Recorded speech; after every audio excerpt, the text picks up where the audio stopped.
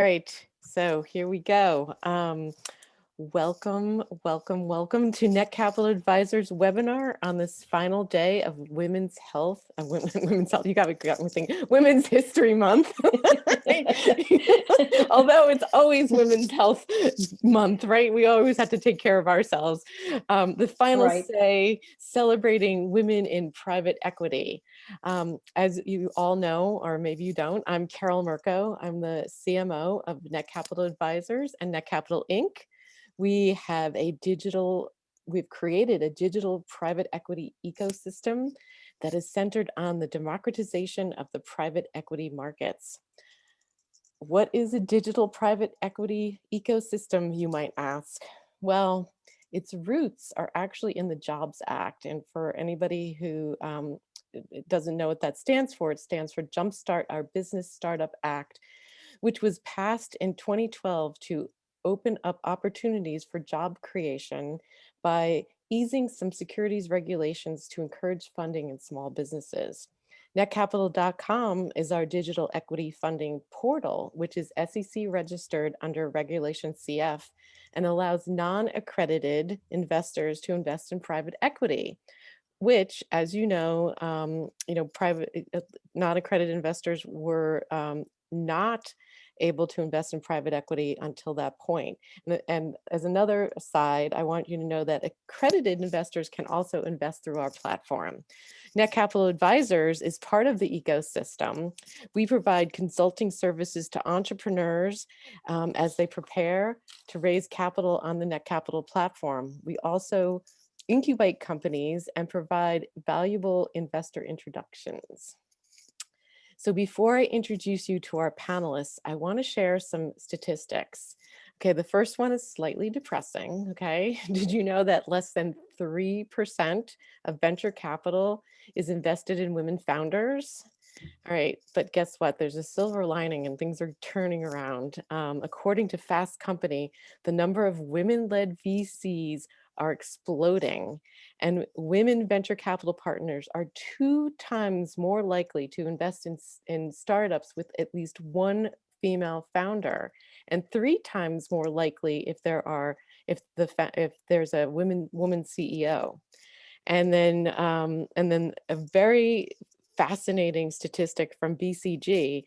They report that if women and men equally participate as entrepreneurs, the global GDP could increase by 3 to 6%, which would boost the global economy by $2.5 trillion.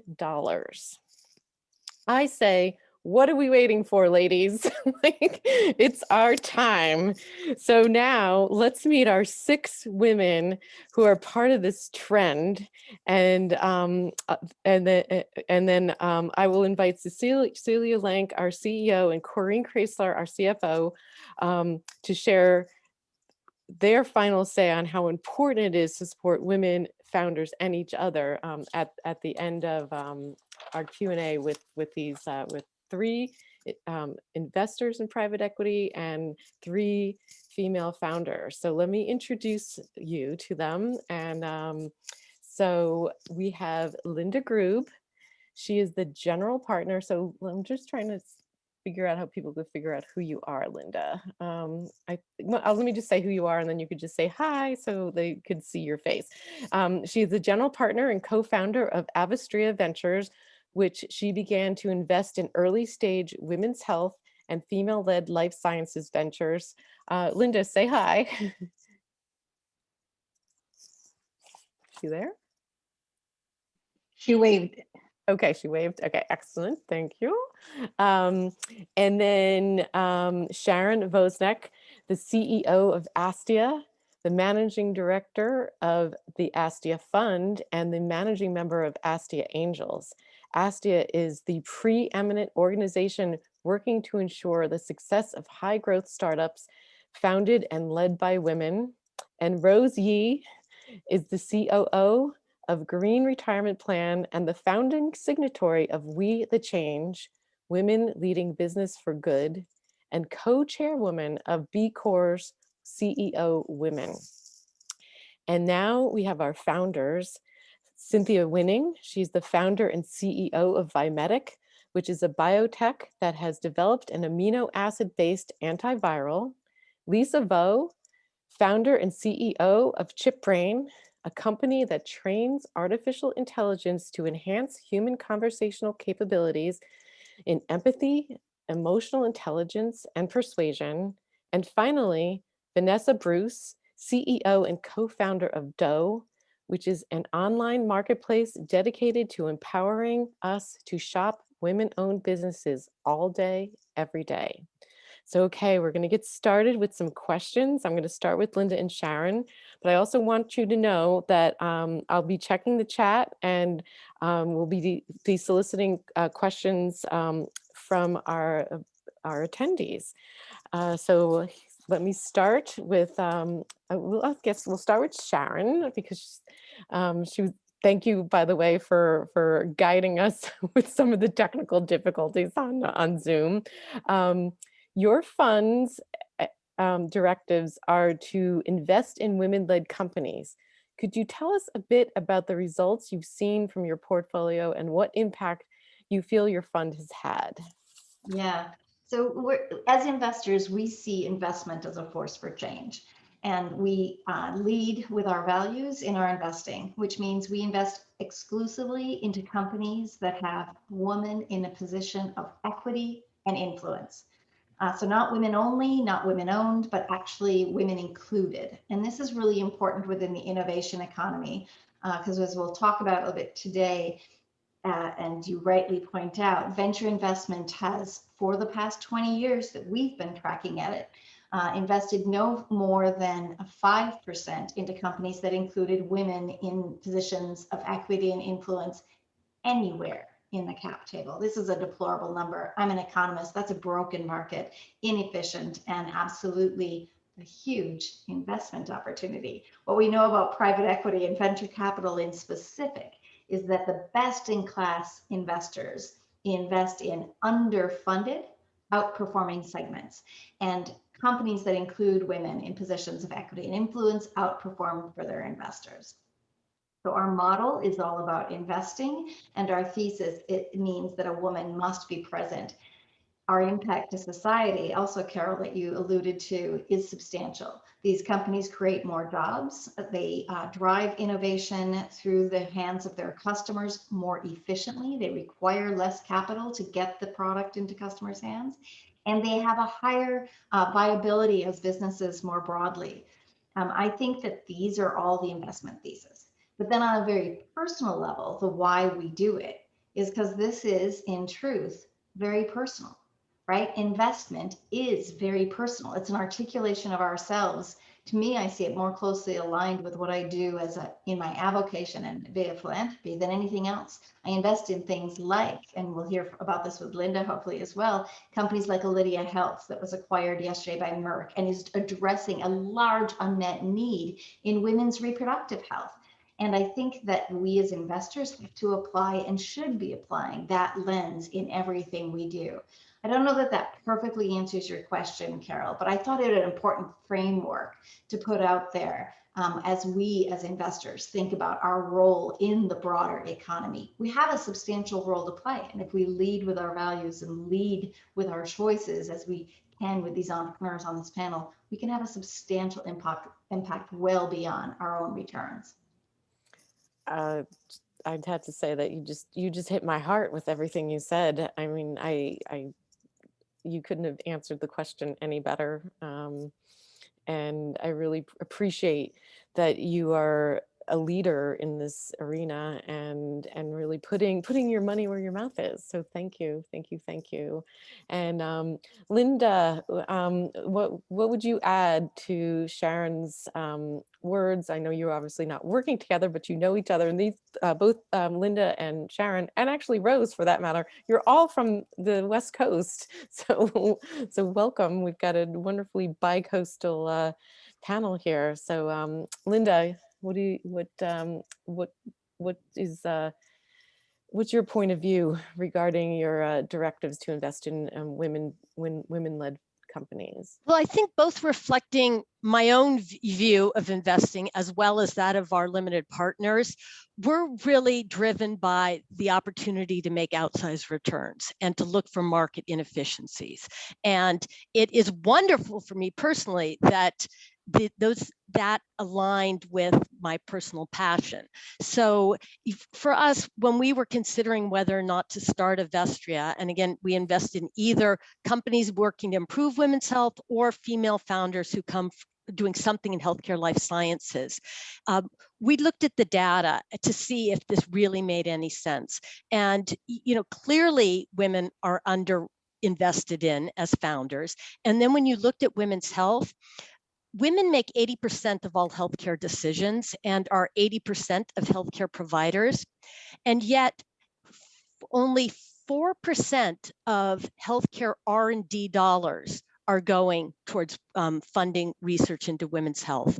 And one of the things that has really started to happen in the scientific and the medical community, but really only in the past 5 years, is a movement towards understanding that women and men are different biologically. And that seems so obvious, but for so long, I used to invest in the public markets, and now obviously as a venture capitalist, I just invest in private markets. But in the public markets, anytime someone said it's a women's health company, it just meant it was a contraceptive company, right? And that's just, so when we first started talking about, should we do this? One of the things we asked ourselves was, is it a niche market? And that's absurd, right? Because, the health of women is a very, very large market, right? And so it comes down to how you define it. And increasingly, research is showing that things like even colon cancer impacts men and women differently. Men are more likely to get left side colon cancer, and they're more likely to get colon cancer than women. But when women get it, they're more likely to have right side colon cancer, which is much more aggressive, and they're much more likely to die when they get it.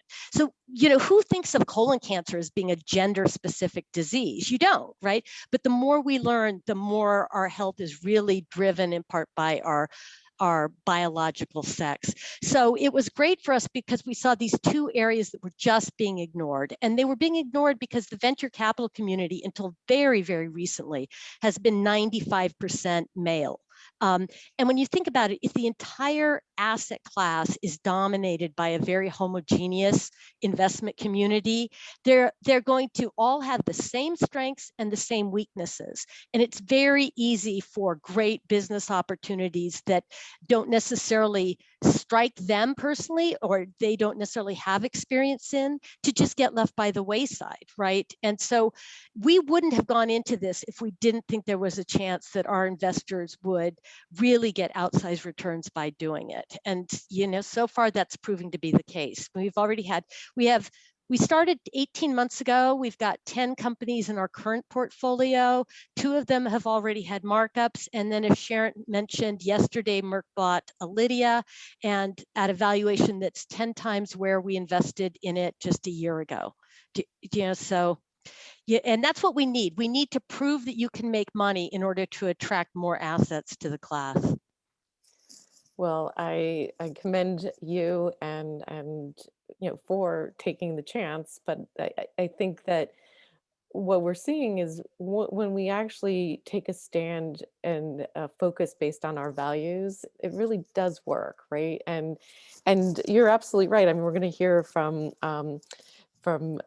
Vanessa Bruce about her company that's all about women's products, right? But it's like, no matter how you slice it, women are the consumers, right? We're making most of the decisions. And I love that you were able to really, kind of jump into this healthcare space specifically, because women's health has been, underfunded. And so I say thank you, thank you, thank you, thank you. I want to move on to Rose, because Rose may not be an investor in healthcare, but she sure is an investor um, in women, in particular with what she's done in creating We the Change, and also her green retirement fund. So Rose, come on. Thank you so much, Carole. And what what a treat it is, what a delight to be with all these strong women in the panel, not just from the investment side, but from the entrepreneur side. And this is exactly what Linda is saying, is that we need to show success, and showing success is not just from getting the value from the investments that we have, but using our work to encourage our women entrepreneurs to succeed, right? In whether they are venture backed or not. And so just a little bit of history on We the Change. We the Change is a collective of empowered business women who came together answering the question of what can we do together that none of us can do alone. And this was really, I would say, in response to the election of 2016, right? If you remember back then, we were kind of all like in shock and really wondering what are we doing?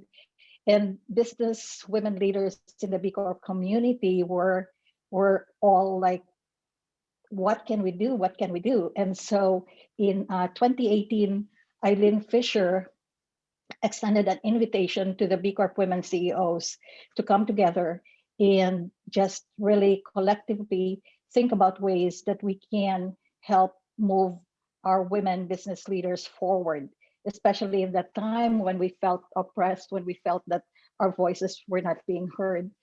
And it's been a delightful journey. It's been a challenging journey, as you can imagine. There's always talk amongst the women entrepreneurs about the challenges of getting capital. And within the group, there are also women investors, and there's also the challenge of how do they direct, right? How do we help our fellow women get the capital that they need? So it's an ongoing journey. The We the Change Collective, though, is focused a lot on advocacy. And so last year we did a lot on Get Out the Vote campaign, Protect Our Democracy campaign, and we also did a lot in the Georgia runoff. And so just as an example, in the Georgia runoff, we weren't aware that one of the needs, the PPE, is actually not provided by the federal government. It's not provided by the state. And it's actually, a lot of it is provided by the county. And because of the pandemic, counties didn't have the resources to provide PPE to the volunteers and even to the workers.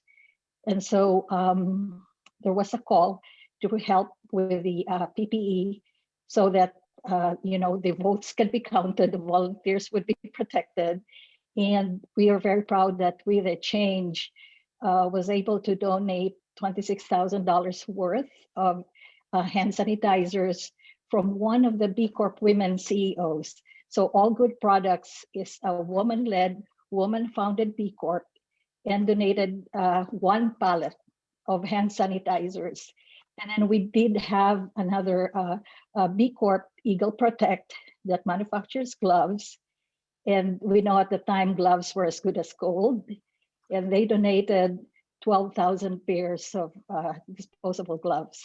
And so this just shows the power of not just the B Corp community, but essentially it was the women in the B Corp collective that drove all of this.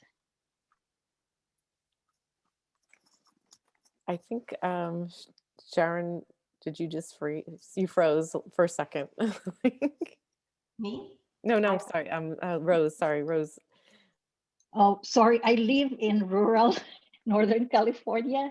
And so when you say that, when you hear that bandwidth is a problem, I really experienced bandwidth as a problem. So I'm sorry about that. Not a problem, but thank you for the beautiful work you're doing with We the Change and bringing women together to support each other, in particular, with your focus on, B Corp rated businesses, and that's really terrific. I'm now going to ask just some questions, and maybe I'll decide if I'll direct it to somebody, but the broader question I have is, how do you see private equity transforming in the next few years, and where do you hope to see the space go? Do we want to start with Linda, maybe? My biggest hope with private equity, and it may not go this direction, is what's happened in the past decade is so many large institutions have gotten involved in investing in private equity and venture capital that, the more capital that flows into a space, the more likely returns are going to match basic market returns. And so we've seen the returns in venture capital become more relatively equal to the NASDAQ. And yet venture capital is a highly illiquid investment.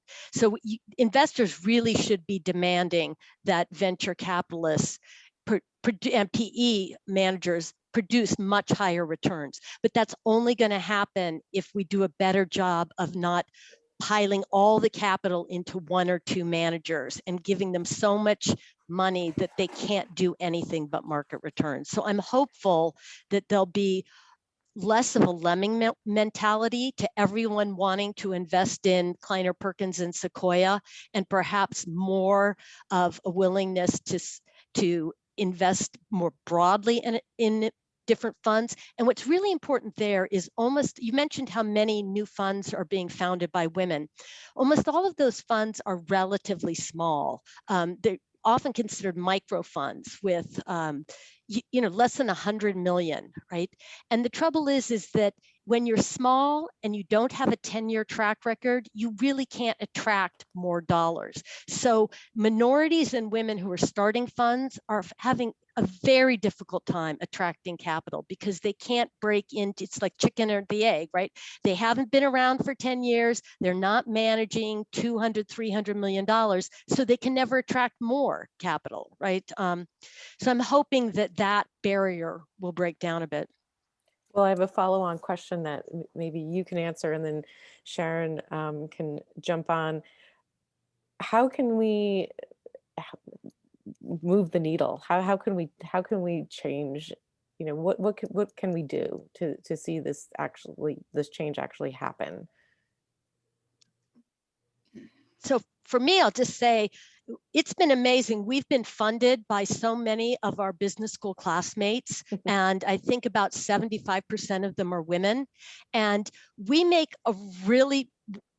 always remember that it's their capital, right? It's not our capital, it's our limited partners capital. And for instance, when we had this exit yesterday with this device that will save women's lives throughout the globe, right? We make sure that we're always reminding them of how important their decision to invest that capital is. So on the one hand, they give us the capital, we make the investments, but it's really their capital. And that's what needs to happen, is more capital has to be willing to take the risk to invest in strategies that are not plain vanilla strategies, and to invest in entrepreneurs that are not plain vanilla entrepreneurs, more women, more minorities. So there just needs to be more courage on the part of pretty small investors. It doesn't have to, you don't need, a large pension plan to make these moves, because they're probably not going to, but we as individuals can find opportunities to do it ourselves. Great. Linda Vo actually has a question for you, and I'm just going to read it. You say more capital that flows into the market, the more its returns resemble overall market returns. Why? And are returns expected to be higher or lower when there's less capital flowing into the private capital markets? Well, it's just a matter of, when you become so big, essentially you become the market, right? If you are managing however many billions of dollars, essentially you become almost like an index fund, right? You are the market. And generally the way people have been able to make outsized returns in any asset class is to really look for those unique opportunities. And you can only do that if you're not suffering from the pressure of having to put huge dollars to work, right? Because if you get to be the size of SoftBank, you have to invest in late stage Uber, because where else are you going to put that much money? And so again, that's the trouble with concentration of assets, is everybody's investing in the same handful of investments, and yet there are millions of smaller investments that are great, that could give you much better returns, but they're just being ignored because we haven't sent. So that's what I mean by, that if you have less, it's not so much less capital flowing into an asset class so much as, finding the individual managers who aren't managing so much money that they can actually look for clear, really great opportunities. And they also, all venture capitalists say they add value, and we try to say the same thing, but it is true that what you want to do if you're a good venture capitalist is you want to bring more than just dollars to your entrepreneur. You should really be helping them grow. You should be opening up your networks to them, offering them whatever advice you can, but really facilitating to them. And the more dollars you have under management, the more you can't do that, right? You're just giving someone cash, which is great. Nothing wrong with cash, but companies need more than just cash. And again, the more money you have under management, the more difficult that is to do. Yeah. Sharon, Astia,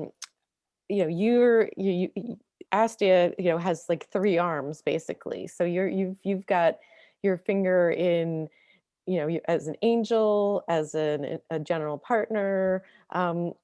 So you're really on the front line here of making these changes. But how can we help facilitate them happening more quickly? What is it that we can do? Yeah, and I'm going to be a bit provocative about LPs. I feel like LPs have abdicated leadership to GPs. And what I mean by that is if you look at the large pensions, the endowments, the university endowments, the foundations, they invest in Andreessen Horowitz, Sequoia, NEA. These are the funds they choose. They have abdicated where innovation is going to go for the next generation to those 3 funds. If, on the other hand, they found Avestria as an interesting opportunity, they would actually allow Linda to invest as she sees the world she'd like it to be. And that would include companies that address women's health, which, by the way, today we still hear GPs within Silicon Valley say, women's health, isn't that a niche market? So I want to be really clear that that abdication by LPs has real life consequences for the innovations that we see in the market. Where I think this can go, how we can affect change, is applying pressure to those large institutional LPs. We've gone to university. When's the last time we asked our university endowment, when's the last time you invested in a female general partner? When's the last time you invested in a fund that's addressing global unmet needs? Not the next Twitter, not the next Facebook, and certainly not the next Uber or Lyft.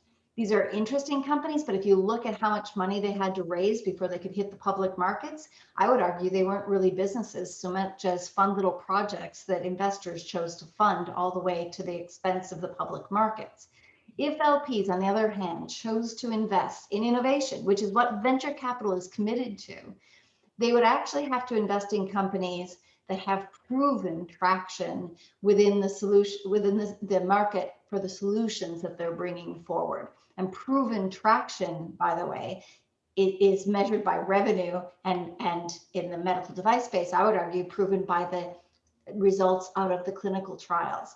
So the notion that LPs don't have a role and don't need to change is false. And the notion that they're so far removed from us that we can't force them to change is false.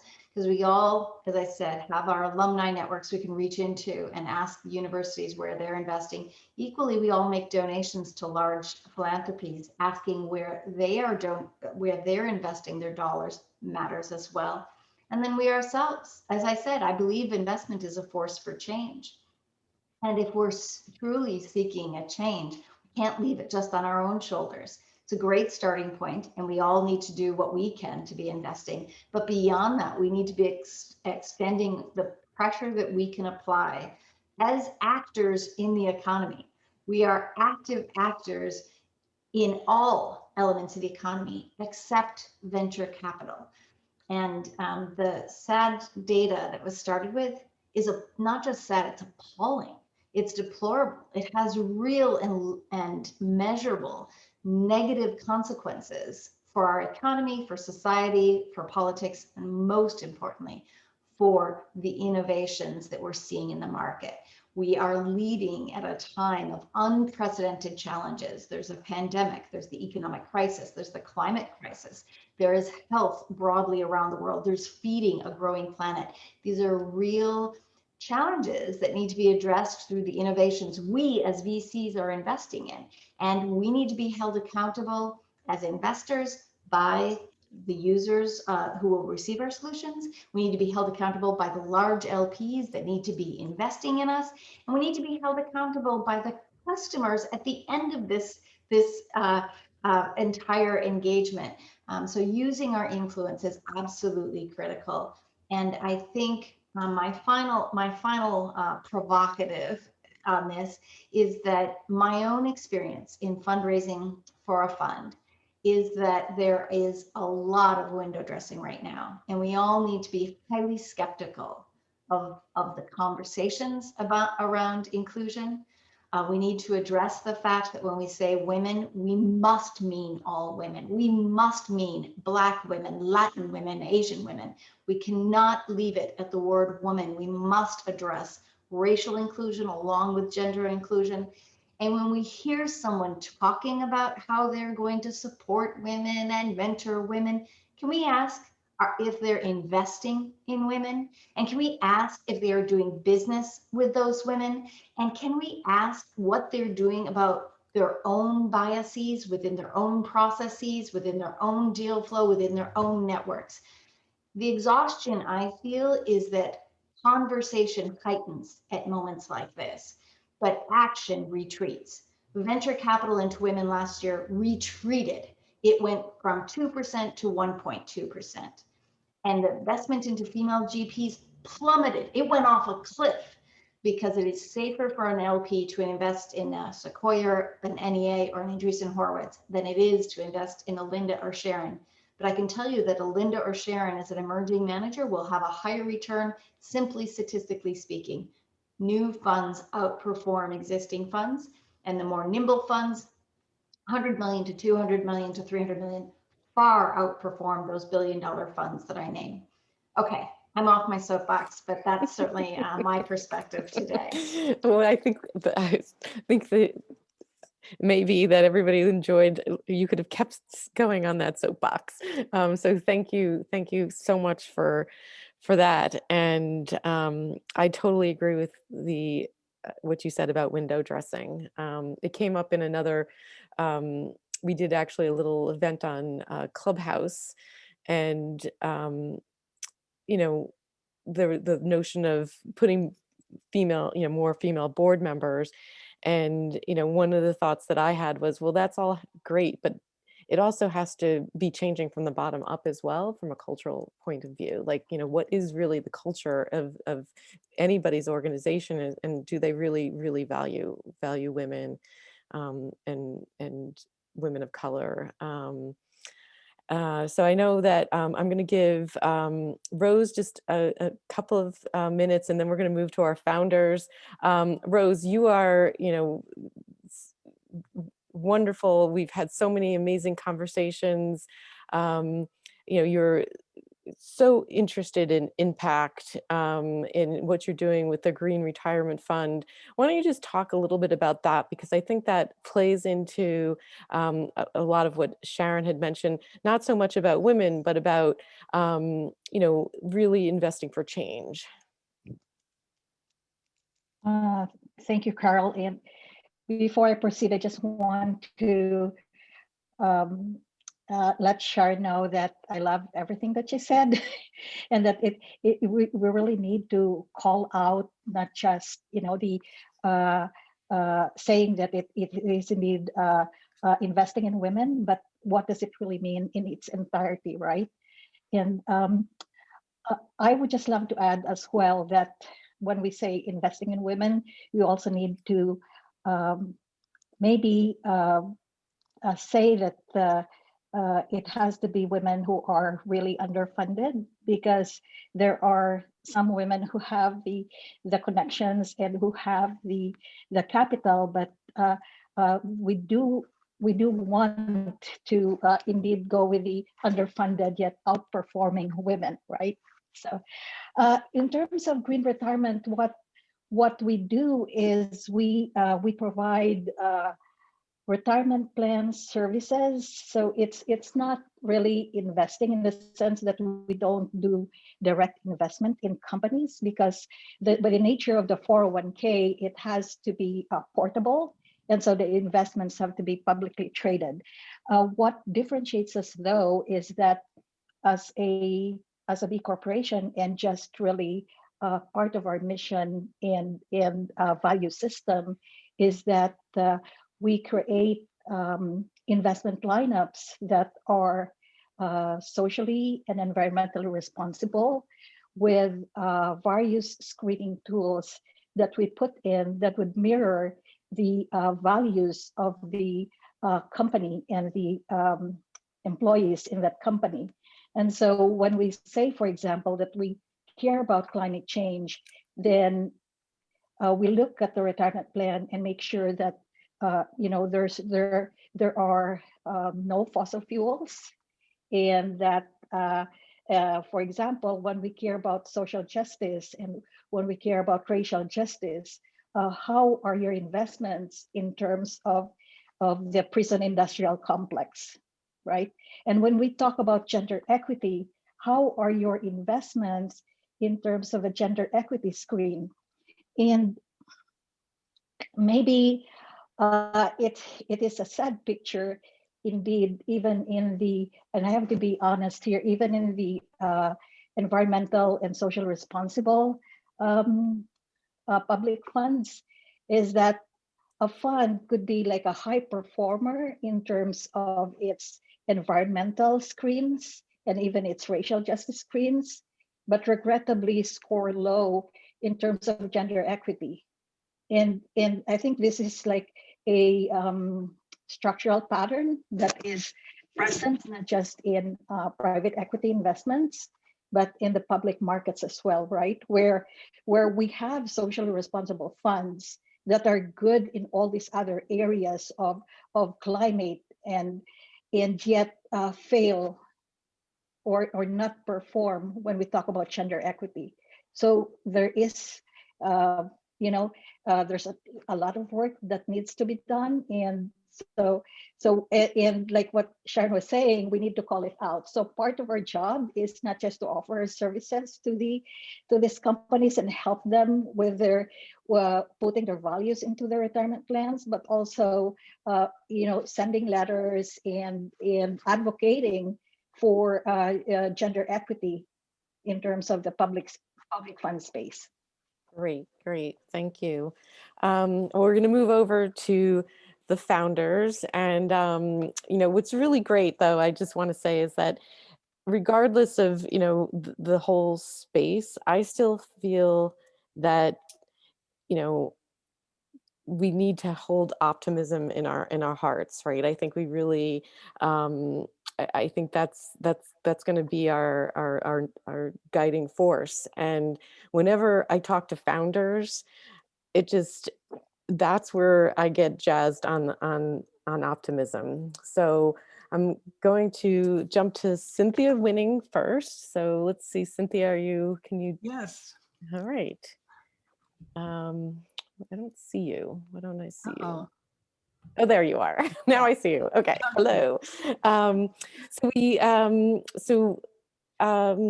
Just first of all, I think I obviously introduced you. You're the CEO of Vymedic. What motivated you to start your company? Okay, I will be happy to answer that. But first, I want to thank you for this opportunity, and it's a pleasure seeing and meeting all of you. But my biotech, Vymedic, was founded when I found out that my sister was suffering from an autoimmune disorder that was destroying her organs. And there was no cure, but she was given organ transplant drugs to stop her immune system and stop the attacks.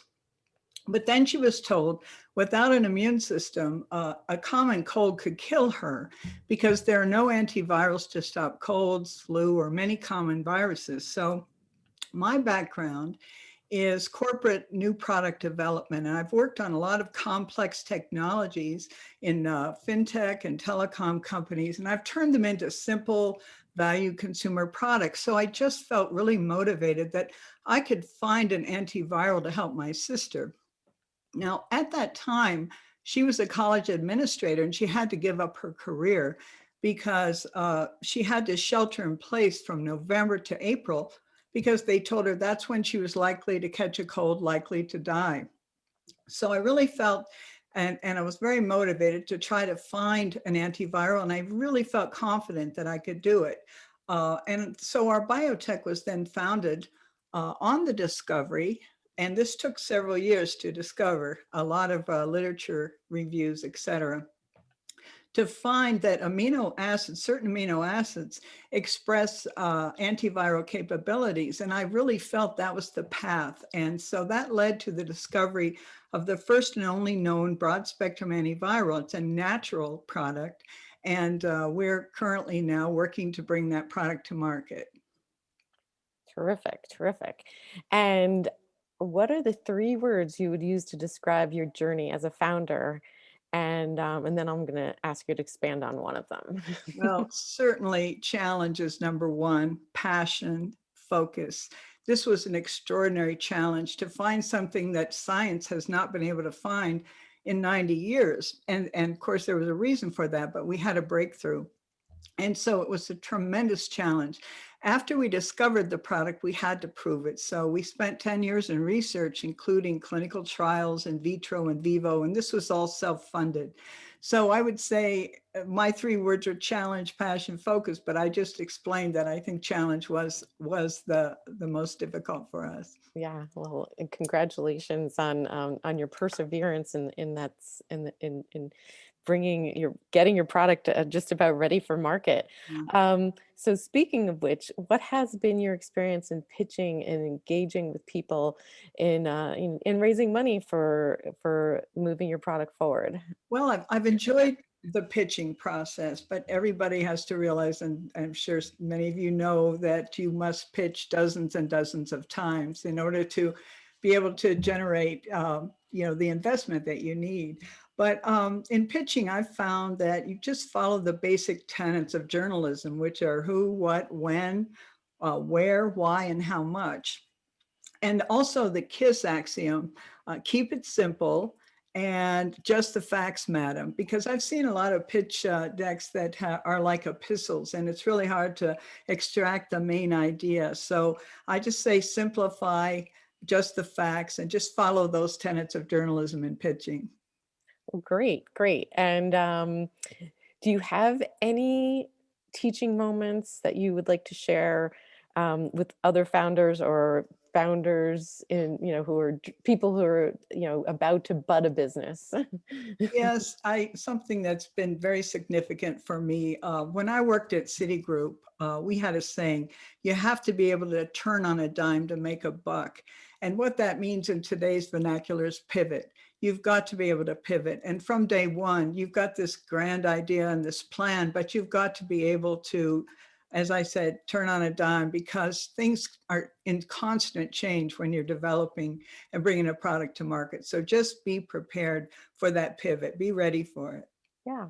Well, and maybe I'll just, because I'm very familiar with what you've been doing. So you had supply chain issues that like, Yes, that has been an extraordinary struggle. We were ready to go to market several months ago in developing our broad spectrum antiviral.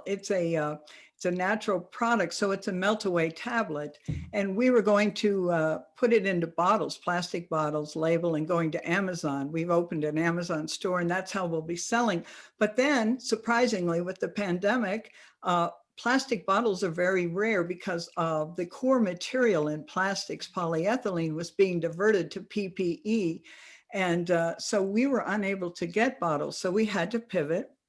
And we decided to go to blister packs, paper, aluminum, which we felt was readily available. And in fact, we have found now that it is available, but we've had supply chain issues with, we have 10 compounds, natural compounds in our product, and 2 of them have been challenging to source. We were told that one of them for about 2 months was in the Los Angeles port waiting to dock and was unable to do so. So we've been faced with some unique challenges that we weren't prepared for, but all materials are in now. Production is starting next week, and we'll be going to market in paper and plastic, or paper and foil. Excellent, excellent. Well, congratulations for your many years of persistence and seeing this product to fruition. And I'm sure that I, for one, will be very excited when it is available on Amazon. It's I think, a perfect addition to everybody's medicine cabinets during these crazy pandemic times. Thank you, Cynthia. I'm going to move on to Lisa Vo. Come on down. Lisa? Can you hear me? There you are. Excellent. Hi there. Hi. I hope you're doing great. This is so energizing doing this webinar, and I hope you're just really just going to be another great addition. So I'm going to ask the same questions that I asked of Cynthia, just to kind of keep us on the same page as a founder. What motivated you to start your company? Yeah, first of all, thanks, Carole. And it is very energizing to be here with women who have set such an amazing path and something to look forward for me personally. So very honored. A lot of the things that have been said previously have really resonated with me with regard to being able to drive innovation through the private capital markets. And I say this a lot, but I really do think that what Netcapital is doing is kind of for me, like the pinnacle of that, where you're able to let people vote, the individuals vote with their dollars on the sort of innovation that gets built. And ChipBrain is raising on Netcapital, and we're very proud to have had their support in the past year. So why did we build ChipBrain? We built ChipBrain at the very start of the pandemic, which was a crazy time to launch a company, and also a crazy time to quit my job to work on the company. But the reason why was because we were obsessed with this idea of conversational intelligence, and the idea that most of your knowledge and most of your memories and wisdom and the things that you share, the information that you have captured in your life, you share that through conversations. I mean, think of all of the nuggets of wisdom that we have acquired in the course of this Zoom conversation alone. So that data is so fleeting. It's so ephemeral. You say it, hopefully it gets, into somebody's ears. Hopefully they remember it, and hopefully they pass it on to the next person. But how can you make that more lasting? And how can you actually preserve knowledge in all of the ways that it is transmitted? So with the idea behind ChipBrain, and the reason why we started it during the pandemic, which was a very timely start for what we do at ChipBrain, was because we realized that conversations are moving online. And when conversations move online, for the first time in history, you have this unprecedented amount of conversational data that can finally be recorded, be transcribed, be preserved. But beyond that, it can be analyzed, and it can be structured so that you can extract systematic insights from your conversations. So the use case that we started on was, how can you actually take a conversation and understand how your audience or your client or the person you're pitching to or the investor you're talking to or your mom or your dad or your boss, how can you use their real-time authentic reactions to you and what you're saying in order to learn from all of the conversation that you're having. And to make this very concrete, take something like the education space. Now imagine that I'm a professor. I've been teaching for 5 years a course, and students ask me a lot of questions. They ask me the same questions again and again every single year. And each time I and my group of TAs give a slightly different answer. So how can I make sure that I am tracking what is the best practice? What is like the best answer that you can give? And in the business space, what is the best response when your customer complains about, your delivery being late? What is the best response when an investor asks you, why are you building this product? How can you actually systematically keep track of that? And the answer, at least for us, was building emotionally intelligent AI that can understand, can perceive, and can translate the sorts of cues and signals, emotional and conversational cues that people give in their text, voice, and video conversations. So that is what we've been working on for the past year. Wow, that's really amazing. I think emotional intelligence is something that is really important in particular in how people, obviously manage their emotional state, right? So I think that to be able to use artificial intelligence it fascinates me. So I am really very intrigued by what you're doing. So along the way, what are your 3 words that describe your journey? Yeah, I didn't know this question was going to be asked, so I didn't think of 3 words in advance. But off the top of my mind, the 3 words to describe my journey, or I think I should say my team's and ChipBrain's journey. It's I think team is one of them. In building ChipBrain, I realized, coming from my engineering background, where as an engineer, you mostly do things on your own. But when you're in a team, you really have to learn to play off other people's strengths and to supplement your own abilities with other people.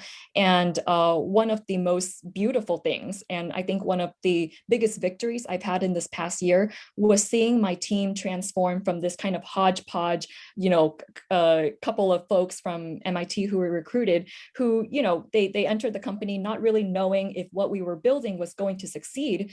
And over time, I got to see their faith and conviction in the company increase, and I got to see the team morale go up.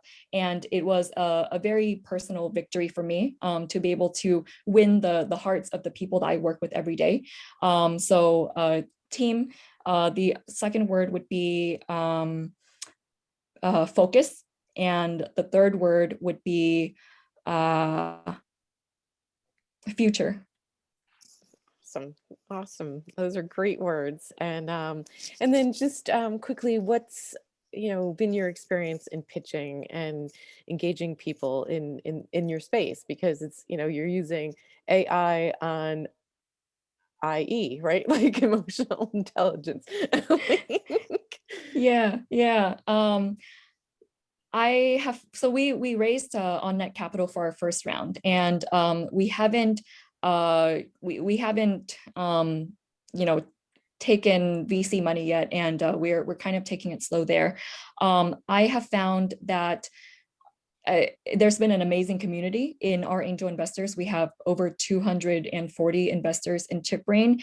And I think there's something to be said about the power of the crowd. And as I was saying earlier, about the power of seeing individual people vote in you with their dollars because they have conviction in what you're building, and they are excited about the sort of innovation that you're building for the future.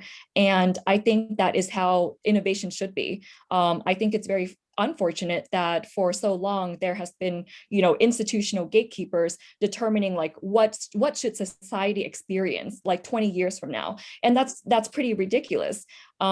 So what's been very amazing for me is now I have this community of people who strongly believe in this vision of ChipBrain, not just because they believe it's going to bring them a lot of ROI in the future, but also because they're excited about this technology being created. And I live for that excitement. And what it what it means is that now every month, I get 2 chances where I can send out a bi-monthly newsletter, and that hits all 250 people in my network who have invested in ChipBrain, and I can ask them for any sort of help. You know, do you know customers you can refer us to?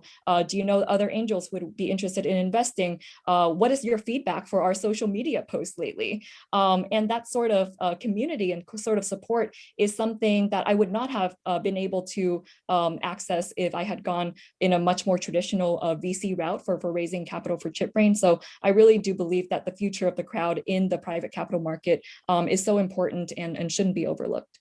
Well, fantastic, and thank you for that. I couldn't agree with you more, and I do think that that what Netcapital is doing does, I think, will be part of the solution, to the problem of, that we've been talking about, which is, how do we make a change? How does change happen? And I think the democratization of the private equity markets is one of the ways. And so, any teaching moments you want to share before we move on to our final panelist, and then we'll wrap things up. So, any teaching moments? Teaching moments. I actually keep a log of all of the things that I've learned in the past year. So let me just read off like the last thing that I wrote in my log. Great.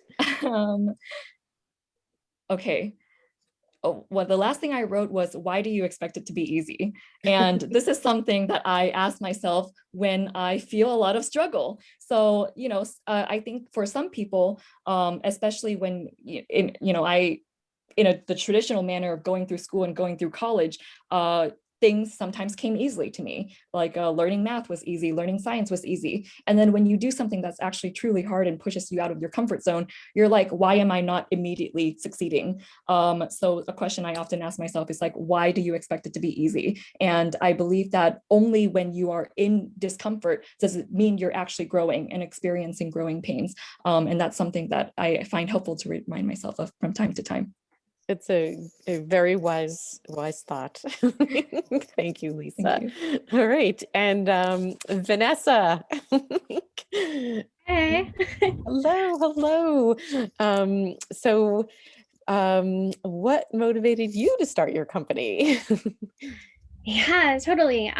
So our mission at Doe, and we're like, to give a quick recap, we're a marketplace to shop for women-owned businesses from hundreds and thousands of products. Our whole motivation behind founding it was to get more dollars into the hands of women.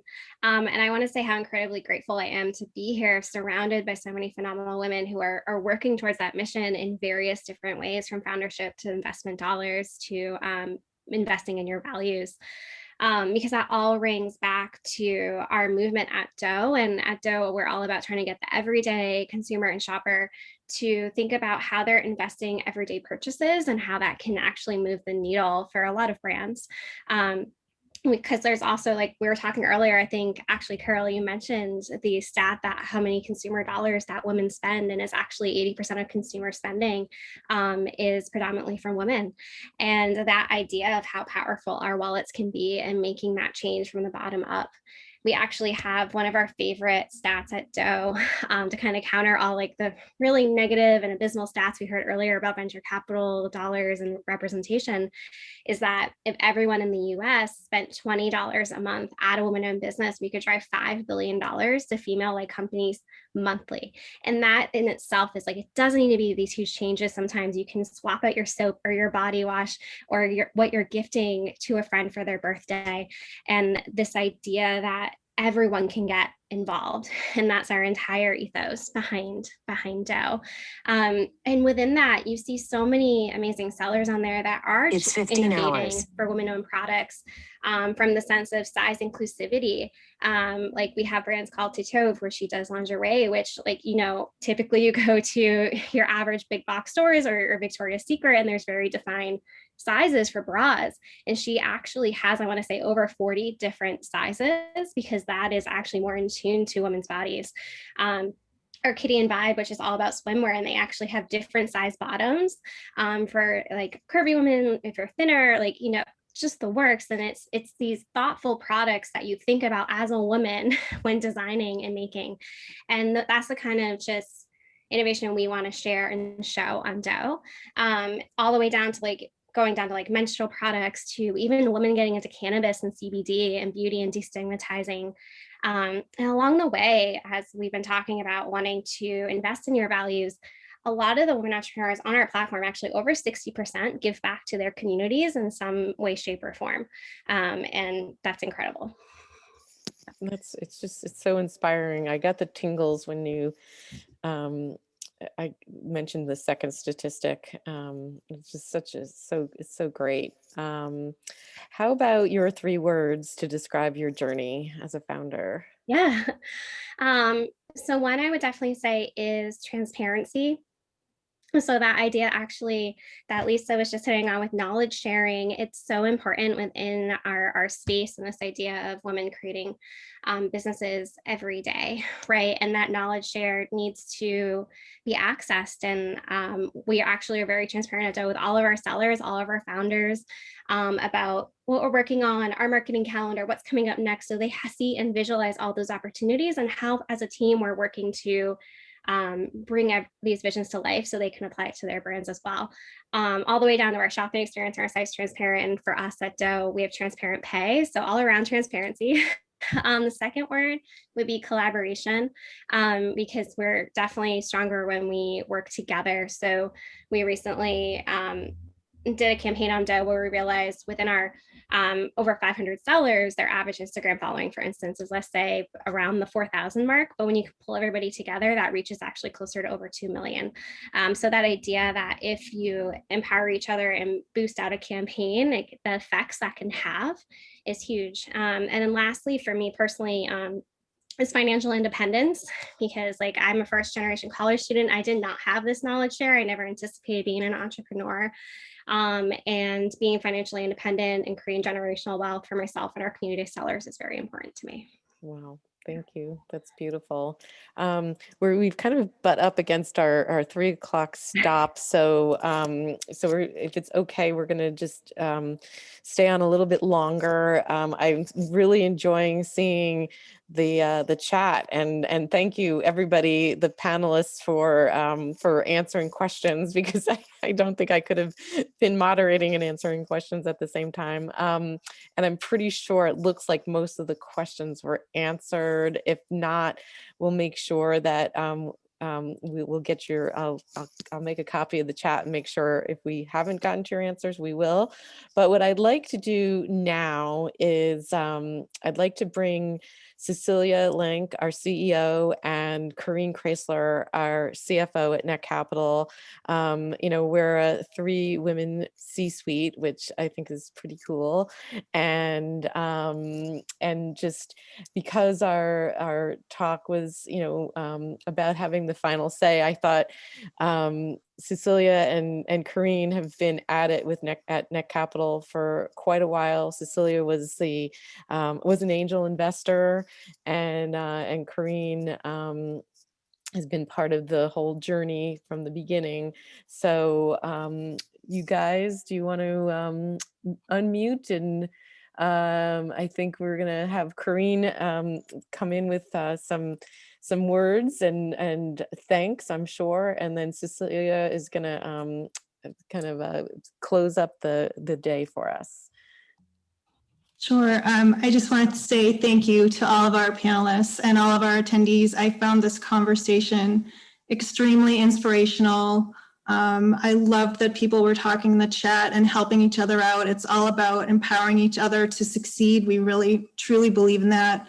Lisa, I love that you keep a log of your latest thoughts and that you shared your latest thought. That was really helpful to me as an entrepreneur and as a founder to hear that.